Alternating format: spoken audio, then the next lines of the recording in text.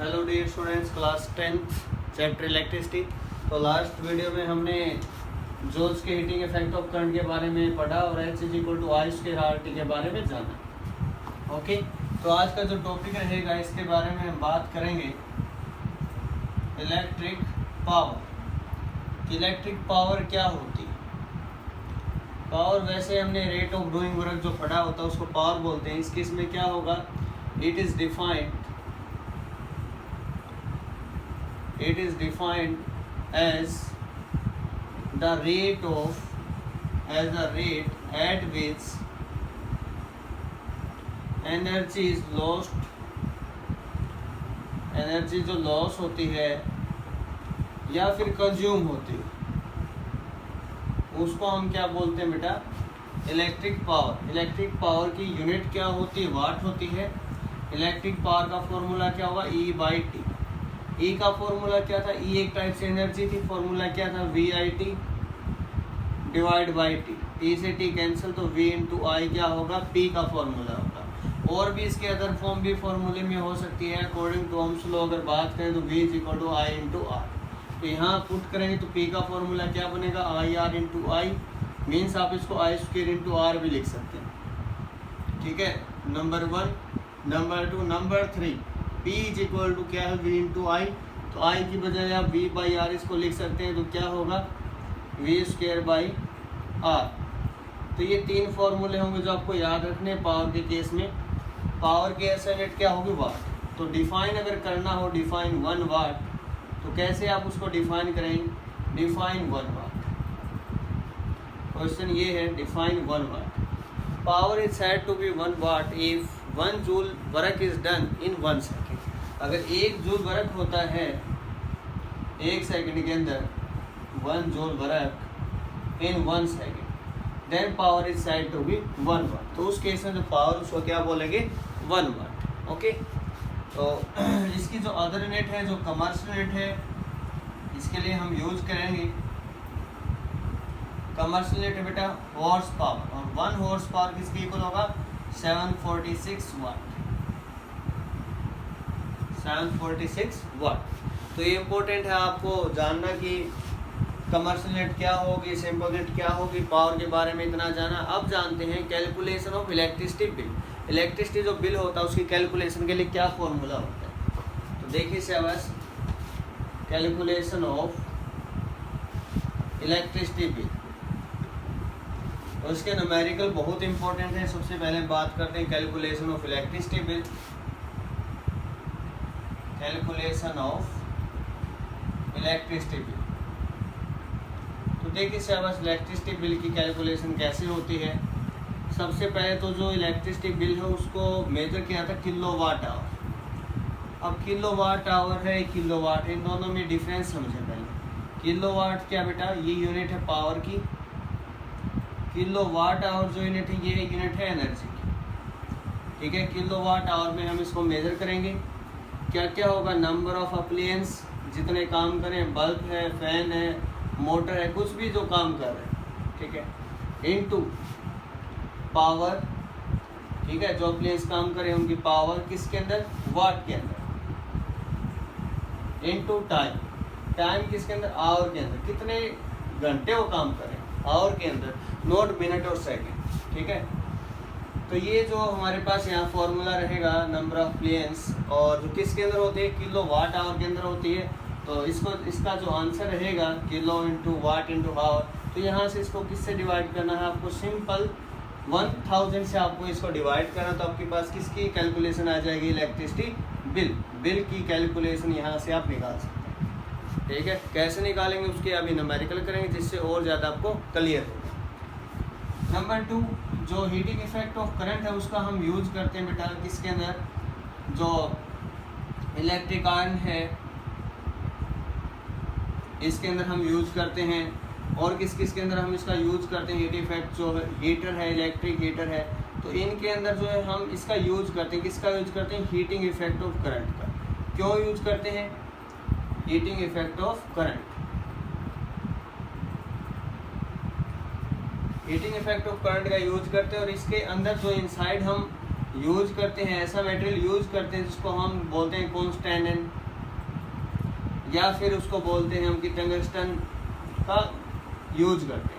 इनका यूज क्यों करते हैं, इसके पीछे क्या लॉजिक है? इसके पीछे ये लॉजिक है क्योंकि इनकी जो होती है रजिस्टिविटी क्या होती है, हाई होती है, हाई रजिस्टिविटी। हाई रजिस्टिविटी होने के कारण इनका हम इसके अंदर यूज करते हैं। इलेक्ट्रिक आयरन या इलेक्ट्रिक हीटर के अंदर जो मटेरियल जो होता है जिससे वो बने होते हैं, तो उनके अंदर हम किसका यूज करते हैं? सिंपली कॉन्स्टेंट, मैग्नीन या फिर टंगस्टन का हम यूज करते हैं। निक्रोम जो वायर आती है, ठीक है, निक्रोम।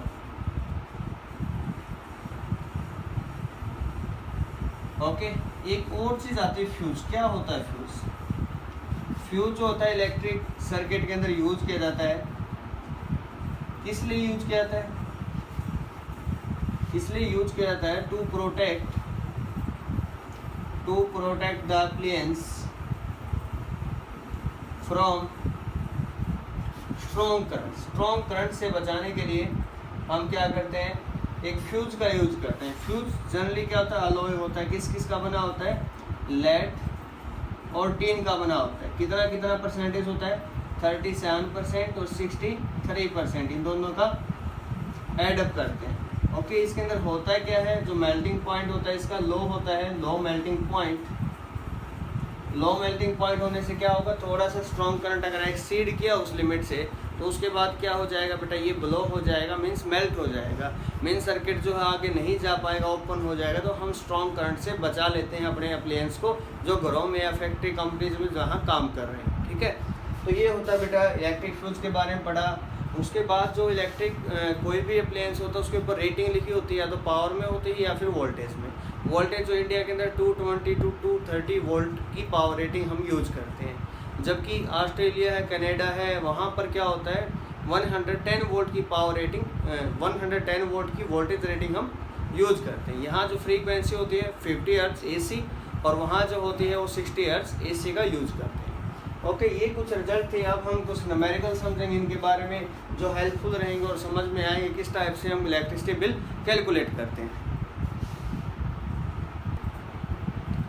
यहाँ देखिए सिलेबस क्वेश्चन नंबर 1। पहले इसको रीड करेंगे, पूछा क्या गया है। तो 15 bulb of electric power 60 watt is run for 6 hour daily, and a refrigerator of electric power 300 watt runs for 5 hours daily. Find out per day electricity bill at 3 rupees per unit. तो देखिए बस electricity bill के लिए जो हमने पढ़ा था, क्या फॉर्मूला था? नंबर ऑफ अप्लायंस कितने? 15 इंटू पावर, वाट के अंदर कितनी है? 60 वाट, इंटू टाइम, टाइम किसके अंदर? आवर के अंदर। कितना टाइम? 6 आवर, ठीक है। प्लस ऐड होगा। सेकंड क्या गिवन है? कितने अप्लायंस है? एक ही है रेफ्रिजरेटर। पावर कितनी है? 300 वाट, इनटू टाइम कितना है? 5 आवर, ठीक है। तो इसको हम यहाँ से और किसके अंदर निकालना? किलो वाट आवर में, इसलिए हमने इसको डिवाइड किया। अब जो पूरी जो टर्म है किलो वाट आवर के अंदर चेंज हो चुकी है। तो ये किसकी वैल्यू है? एनर्जी, एक टाइप से एनर्जी हम निकाल रहे हैं कैलकुलेशन। तो कितना होगा? अगर यहाँ से इसकी मल्टीप्लाई की जाए तो 60 वाट है और 6 आवर डेली है, तो ये यहाँ से 90 इंटू 16 प्लस 1500 डिवाइडेड बाई में 1000, ये कितना होगा? 5400 प्लस 1500 डिवाइडेड बाई में 1000, इतने किलो वाट आवर। इसको फर्दर सोल्व कीजिए। 00996 डिवाइड बाई दिस, कैंसिल। तो ये आंसर है 6.9 किलो वाट आवर। अब आपको इलेक्ट्रिसिटी बिल निकालना रुपीज़ के अंदर, कितने रुपए यहाँ लगेंगे, तो कितने रुपए चार्ज लगेगा पर डे। एक दिन की बात की गई तो 3 रुपीज़ पर यूनिट है, तो यूनिट हमने निकाली 6.9, और एक यूनिट का जो चार्ज हो कितना है? 3 रुपीज़। तो 3 से मल्टीप्लाई कर देंगे तो इलेक्ट्रिसिटी पर डे कैलकुलेशन आ जाएगी। तो यहाँ से मल्टीप्लाई करें कितने पे जाएगा? 27, फिर 2, फिर ये हुआ 20.7 रुपीज़। तो ये थी वो कैलकुलेशन बिल की। तो एक दिन के अंदर इतने रुपए लगे। अगर 15 बल्ब हैं और एक की जो पावर रेटिंग वो 60 वाट है इलेक्ट्रिक पावर, और रन्स फॉर 6 आवर्स, 6 घंटे एक दिन में चलता है, और रेफ्रिजरेटर यहाँ पर यूज़ किया गया है एक सिंगल, जिसकी पावर है 300 वाट और 5 आवर डेली वो वर्क करता है। सेकंड क्वेश्चन की स्टेटमेंट पढ़े एक बार, देखिए यहाँ से क्या पूछा गया है।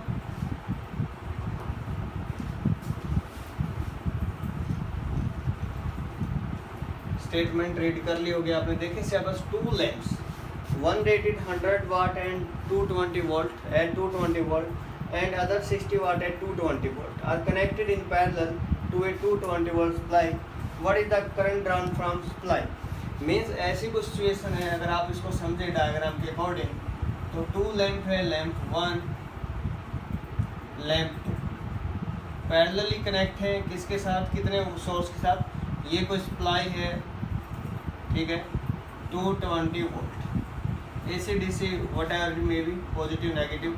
यहाँ से जो करंट गया I1 इसने लिया, I2 इसने लिया, इन दोनों ने कंप्लीट ने कितना करंट लिया सप्लाई से, ये चीज़ आपको निकालनी, I की वैल्यू आपको फाइंड आउट करनी है। ओके, ये फाइंड आउट करना है। तो कैसे करेंगे, सबसे पहले यहाँ देखिए शाबाश, इसकी पावर गिवन है, पावर रेटिंग कितने 100 वाट, किसके ऊपर एट 220 वोल्ट, ये कितना है यहाँ पर गिवन है 60 वाट एट 220 वोल्ट।